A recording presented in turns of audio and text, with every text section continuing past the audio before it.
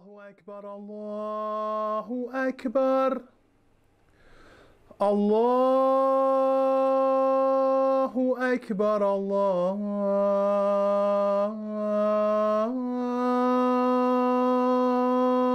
أكبر. My dream before I embraced Islam was to win the heavyweight title, heavyweight championship of the world. Yeah. To become a top heavyweight boxer and to win a world title. Mm-hmm. But that was my dream. Mm-hmm.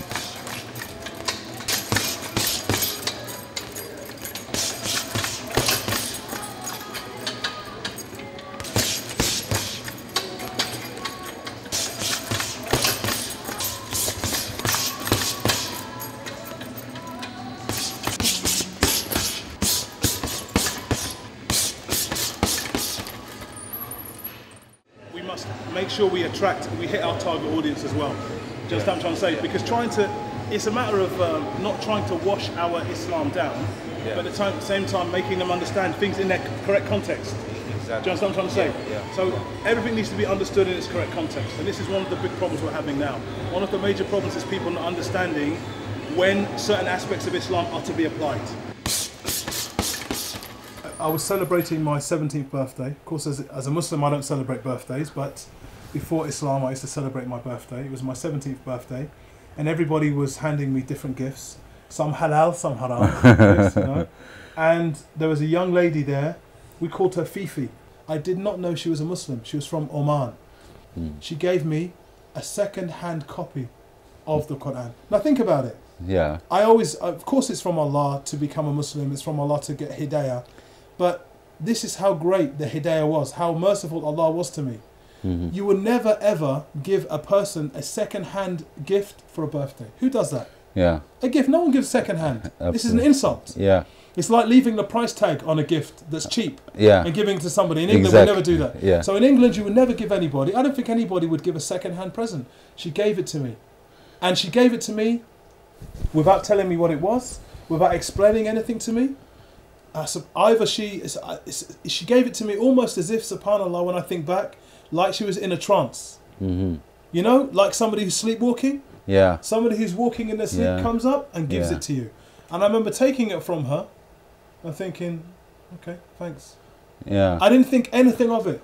I was reading books, but I wasn't reading religious books. I was more into black political books. Mm-hmm. And that was it. Then I read it, subhanAllah, I read it 8 years later. As I turned each page, it's like, wow, oof, is this good? Mm. Yeah, okay, yeah. Wow, whoa, whoa. I mean, I was just more and more into it as I turned each page. Yeah. It's like, for the first time in my life, I nourished my soul. Mm-hmm. You know, you feed your body, you eat food, you drink, you sleep when you're tired. But for the first time in my life, my soul had been given that which it desired. I never looked at any particular pillar with any fear or trepidation except fasting. The fasting, yeah. The fasting was like, okay, no food or drink. Yeah. Now this one scares me. I'm very scared about this. And I'd ask all of the Muslims, so what's it like? You know, don't go without food, and you know, what's it, come on. I just kept asking. And I'm very pleased to say that I now look forward to Ramadan the way I used to look forward to Christmas when I was a little child. Very excited.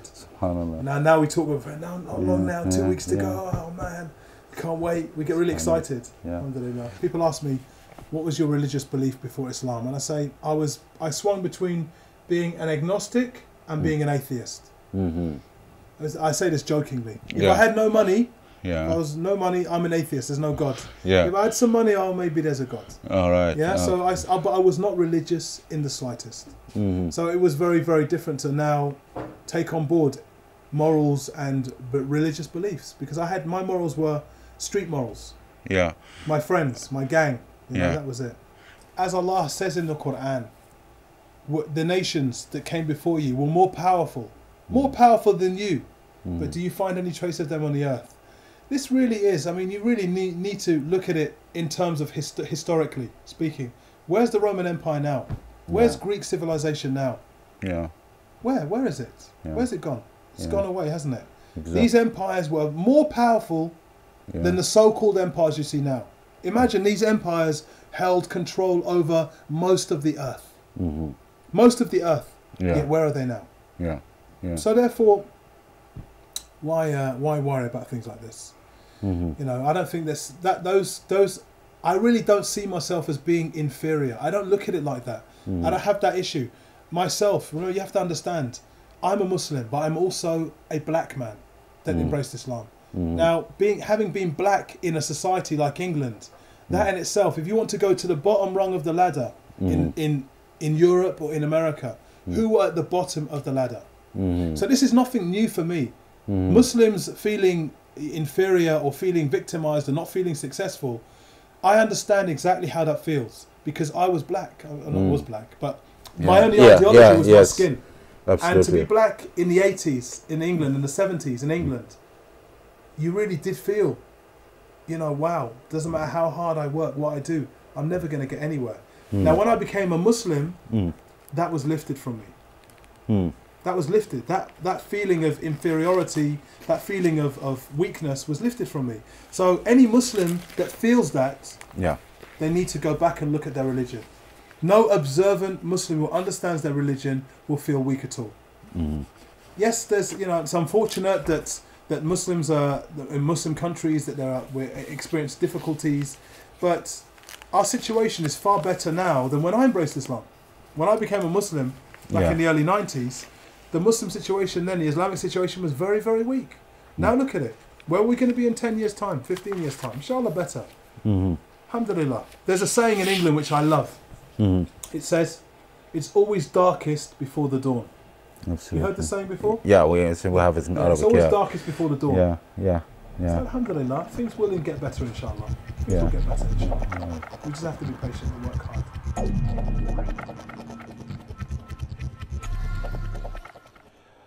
حي على الصلاة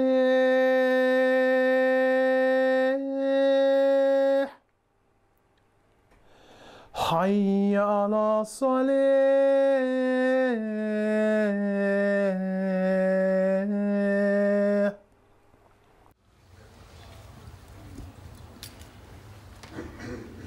إن الحمد لله نحمده ونستعينه ونستغفره ونعوذ بالله من شرور أنفسنا ومن سيئات أعمالنا من يهدي الله فلا مضل له ومن يضلل فلا هادي له وأشهد أن لا إله إلا الله وأشهد أن محمدا عبده ورسوله صلى الله عليه وسلم أما بعد. All praises, all thanks are due to Allah alone. Therefore we praise Him and seek His help and seek His forgiveness. We seek refuge in Allah from the evil of ourselves and from the evil consequences of our actions. The one whom Allah guides, nobody can misguide him. And the one whom Allah leaves astray, there is no one to guide him. I bear witness that there is no God worthy of worship except Allah alone, without partners. And that Muhammad sallallahu alayhi wasallam, may the peace and blessings of Allah be upon him, is the final prophet and messenger to the whole of mankind. The Prophet ﷺ said, a person is likely to follow the deen of his friend. So look to the friends that you have. A person is likely to follow the deen of his friends, so be very cautious about the type of friends that you have. Before Islam, you have your friends, you have your crew, you have the people that you move with, and what unites you usually is perhaps your taste in music and fashion. This is what unites you. But the friends that I had in Jahiliyyah, they were people who really and truly, even though they wanted what was best for me, because of their lack of knowledge, what they wanted best for me wasn't very good, because it was always something bad.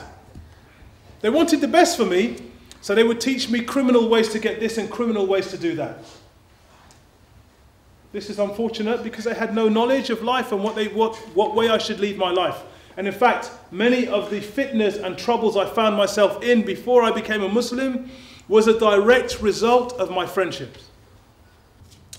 We know the hadith of the Prophet ﷺ regarding the blacksmith, the good companion and the bad companion. We've heard this many times. Hadith found in Bukhari and Muslim. The good companion is like a perfume seller, a musk seller. And when you're with them, the smell is glorious.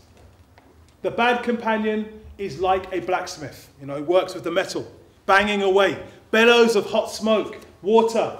While you're there, opportunity to get burnt, scalded, sparks flying onto your clothes. You're sweaty and uncomfortable. While you're there, you're sweaty and uncomfortable. And when you leave with a bad smell. This is the bad companion. And Allah Azza wa Jalla says in Quran, and remember the day when the wrongdoer will bite his hands and say, woe to me. Would that I had taken a path with the messenger. Woe to me. If I had only not taken so and so as a friend. He has led me astray from this Quran, from this reminder, after it had come to me, and the devil is ever a deserter of man in his hour of need. In the past 2 weeks, there have been 2 significant court cases in this country. 2 significant court cases. What was significant about these court cases was this: that the people who were given sentences ranging from 35 years in prison to 6 years in prison had not actually committed technically any crime. Except for what? Except that they were friends of those people who had attempted to commit crimes. Understand the environment that we are living in now. One of them was the plot to behead a British soldier. One of the people knew that is what they wanted to do. He didn't help them. He was at one meeting when they discussed it. He didn't help them. He didn't support them. He heard about it. He was sat with them and then went about his business. He's now doing 6 years in prison. 6 years in prison. And the others who have been given sentences ranging up to 35 years were those who knew, or after the attempted London bombings, those people that failed in their attempt to bomb the tubes, they went to their house. Oh brother, you know, I have a mushkila. Okay, yalla akhi, faddal, come in, sit down, stay. You want something to eat? You're hungry? You want some clothes? You want some money? They're doing 35 years in prison now. Did they do the London bombings? No. But those people who tried to do it came and said, Yaqi, Zakat, I need your help. And this is the situation. When I embraced Islam, and I moved from South London to Northwest London, I stayed with my sister for a few weeks. And after a few weeks, she wanted me out. And I was in Regent's Park Masjid. Wallahi, subhanallah. I was in Regent's Park Mosque and I was making dua. And I had nowhere to live. And I was making dua and I put my hands down like this and I felt a tap on my shoulder. I turned around. It was an Iraqi brother, Abdul Jabbar. And he said to me, I heard you need somewhere to live. Fadda, come and stay with me.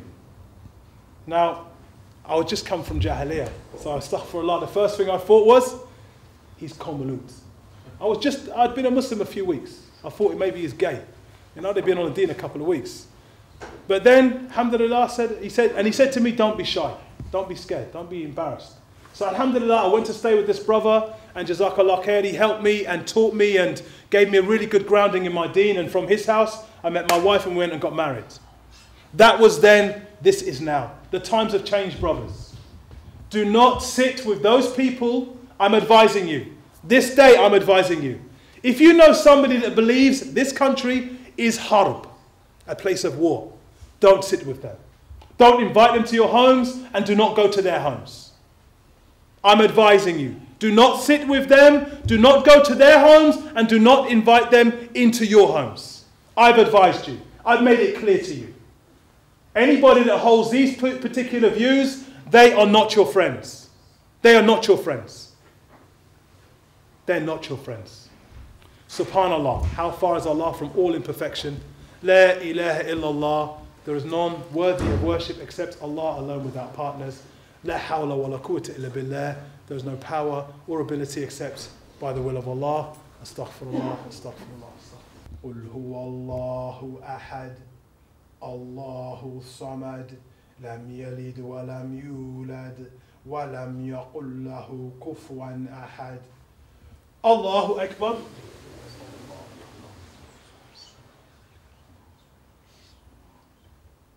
Sami Allahu liman hamida. Allahu Akbar.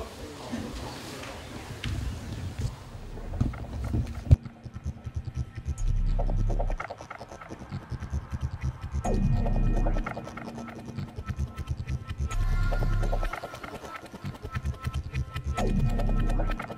got married, mashallah, I got married, how long after I embraced Islam? I think I got married the same year that I embraced Islam. MashaAllah. I gave dawah to my wife and she converted and then got married. Yeah. I live in Chiswick, W4.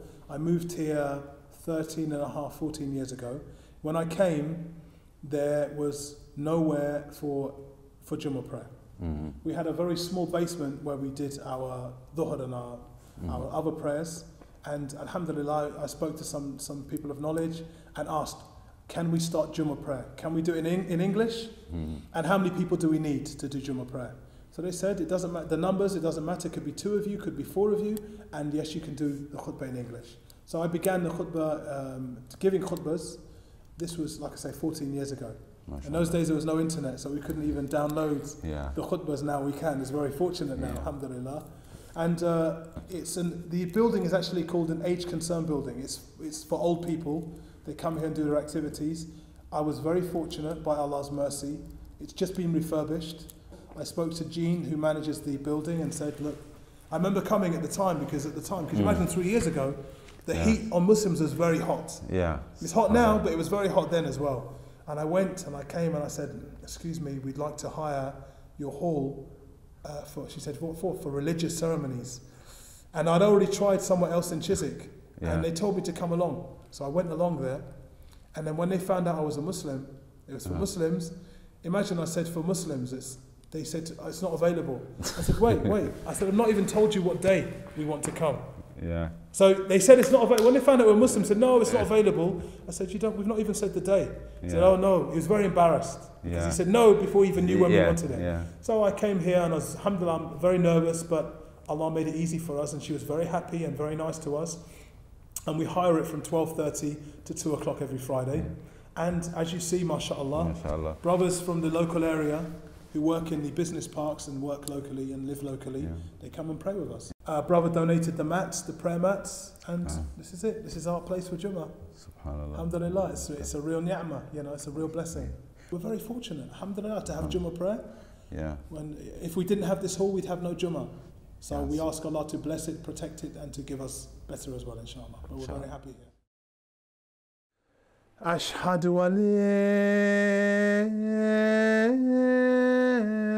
إله إلا الله أشهد أن محمدا رسول الله.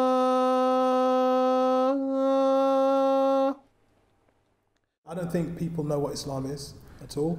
I don't think they know what the Quran is. I think that they have misperceptions about now. They know the word Islam, they know the word Muslim, they know the word maybe Quran.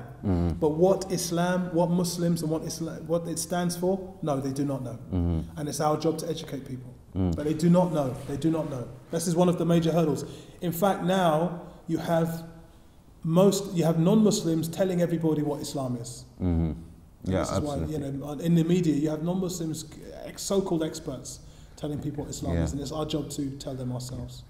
If you were to read the newspapers, listen to the radio and watch television, you would believe that the whole world was against Islam. But if you see the people on the ground, the people in the streets, common people, you will have the exact opposite. Let us not forget that the fastest growing religion in America, in France, in Germany, in Europe, in England is Islam. So therefore, this is a contradiction in terms. Clearly, Islam is not, everyone isn't against Islam. But there are certain people in very important positions who want to give the perception that everybody hates Islam, but they don't. I was always fairly opinionated on matters that I believed in. I always had strong views about things. See, you have to understand, I'm 40 years old. So I was born in the 60s. And in the 60s, there was any black man or woman born in the 60s experienced a great deal of racism.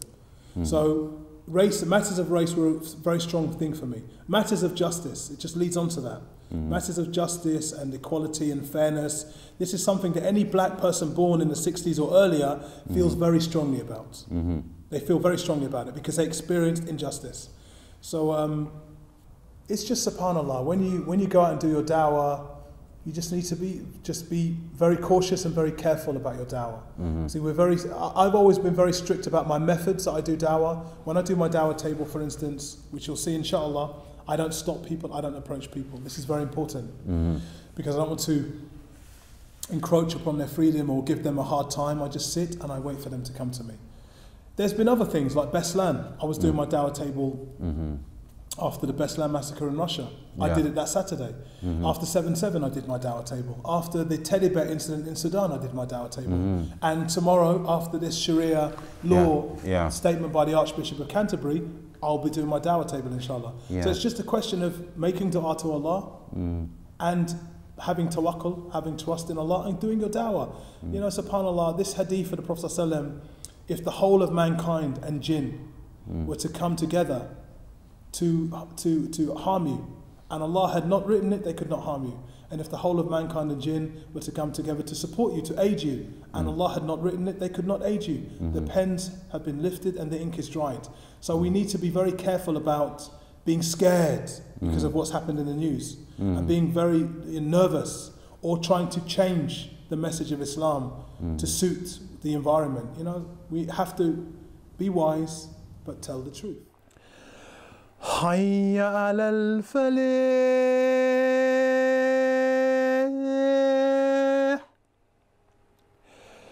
حي على الفلاح.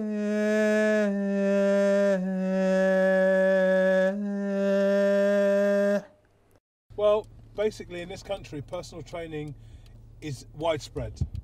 But because of my background as a fighter, as a boxer, what I do is I teach boxing. So it gives me, I have a unique skill to offer my clients. See, most clients, in fact, most personal trainers, they'll do a little bit of boxing, but they don't know anything about boxing at all. I boxed since I was 11 years old. So that's, subhanAllah, nearly 30 years, 29 years I've been boxing. So alhamdulillah, I have a lot of skill, plus I'm an accredited trainer. I did courses and I learned a great deal. So my own personal knowledge of boxing, plus what the courses that I've done as well.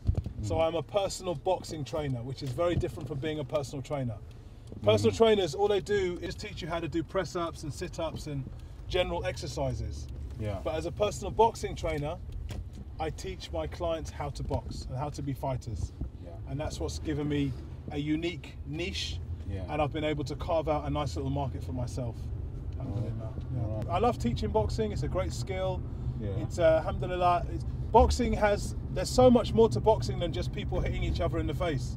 If you take out the hitting in the face piece, but keep everything else, it is a very good way of exercising. It's very good for the mind and very good for the body. That's the great thing about boxing. If you take away the being hit in the face and teach everything else, great for the mind, great for the body. Now they call it the noble art or the sweet science. These are all of the terms because it takes so much skill. It takes balance, it takes intellect, intelligence to do it. But throwing a good punch is very, very hard. Throwing 6 punches or 10 punches or 20 punches is impossible unless you've been taught. It's a very, very important, very difficult skill to teach.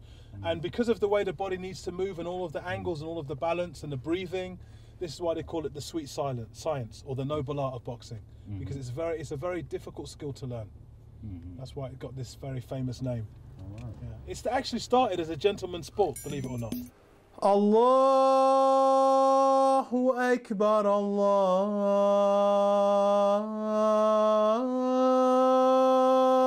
Akbar, La ilaha illallah.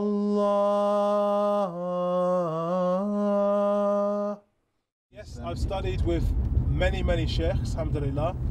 Not to the extent of the Talib al-Ilm, the very famous sheikhs that you have around the world, but each particular field of Islam that I wanted to work in, then I studied. So I studied about da'wah. I've done short courses throughout the time I've been a Muslim, alhamdulillah, as well as organising courses as well to teach people about how to practice Islam, and specifically in da'wah. I've focused my area of expertise. My area of expertise in Islam is in da'wah.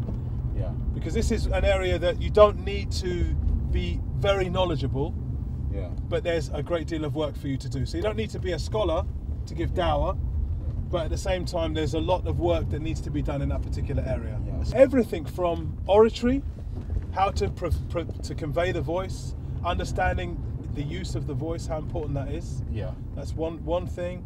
Understanding how to make comparisons between what Islam says about a particular matter and what whatever ideology it is you're confronting says about a matter. That's also very important, because in dawah, if you really want to convince people of the beauty of Islam, you need to often bring examples. Yeah. And then when they were able to compare the examples, it makes your dawah that much stronger. So that's been another area that I've stressed, I've worked very hard on. But my main area of Islamic work has been in dawah. This is exactly one of the major problems. This is why we're here on Saturdays. Okay. The reason I come here on Saturdays is this. Yeah. You can either understand Islam from people that are not Muslims, Okay. or you can understand Islam from Muslims. All right. Well, I read And a I'm a little, Muslim. You I'm are a Muslim, Muslim. sir, Yeah, and so- I read a little bit of the Quran Yeah. in prison, Yeah. and it just seemed to hate the Westernised But world. be specific. That's what I'm trying to say. Now let's be specific. I asked you a second Well, ago. we're all right, we're going Listen, backwards here. One second. Your way, we're going backwards. No, we're not. Let me just. I'll tell you why. Yeah. I asked you a second ago. Be specific, and you said no Nike, no mobile phone. No, I'm not exactly politically. I know. I'm just trying to say. If I was to say to you, if I was to come up to you and say, what you follow, what you believe, your family members, they're spreading hate. Now you'd say back to me, be specific. Be specific. You understand what I'm trying to say? Okay. Well, then maybe I'm not politically educated No, enough to express myself. no, it's not. No, you're not. Come on, look. No, look. I've You're done- a sharp cookie. Yeah? I'll You're tell not you what, stupid. I'm not sure. I read that. No, You know you're what? not stupid. It did You're get not me. stupid. It gets me. Yeah, it does get me. It's quite. And I must admit, the Ramadan people in there, they give to their neighbours. You know, I met a good Muslim, real devout Muslims, who used to give me food because you have to. The neighbour apparently so. That's right. But just that Westernised thing that we're going the wrong way, and maybe we are going too fast. Now the point is, everyone else is allowed to be critical. But when a Muslim's doing it, all of a sudden, oh, you Muslims out there, you. Do you understand what I'm trying to say? Am I allowed to say this? Of course you are. Thank you very much, sir. I'm going to go and read it. You take it easy, mate. God bless, mate. I'm not going to, because we. No, not at all. I explained to you. Muslims are not allowed to have physical contact with women that they are not related to. And there's a reason. Very good. I'll tell you what, I respect that. So no, But it's all right to have physical contact if you're related Yeah, of course. Of course, they're four wives. Is it four, am I right? No, you can only have. You're only allowed to have full wives if they're you're treated able to, equally. if you're allowed to, and economically, emotionally, And look physically. after them. When you say physically touch when you're related, you just mean No, Yeah, whatever. But what you're saying, all four women must be treated exactly the same. Economically. Same respect. But same- remember, I'm sure you can both vouch for this. Yeah. There is far more what we call secular polygamy going on. I've been running my dawah table for 15 years now, alhamdulillah. In fact, mine was the first table. My first table was in Kilburn, and then I moved to another area, and I've been here for 13 years now, alhamdulillah, and I've been receiving a very positive response. Assalamu alaikum. And the purpose is basically to give Muslims an opportunity to speak directly about what they believe about Islam to non-Muslims. Because obviously the media has its own opinion about what Islam stands for, and they don't give Muslims an actual opportunity to tell non-Muslims what Islam is about. So we're doing exactly what the media is doing. We're telling them what our religion stands for. And alhamdulillah, on the street, we're finding a very positive response. Assalamu alaikum. We're finding a very positive response from non-Muslims. They're very happy to hear about the message of Islam. Very, very different from what you'd read in the papers. If you actually believe what the paper said, you wouldn't think anybody would want to discuss what Islam actually is, but alhamdulillah.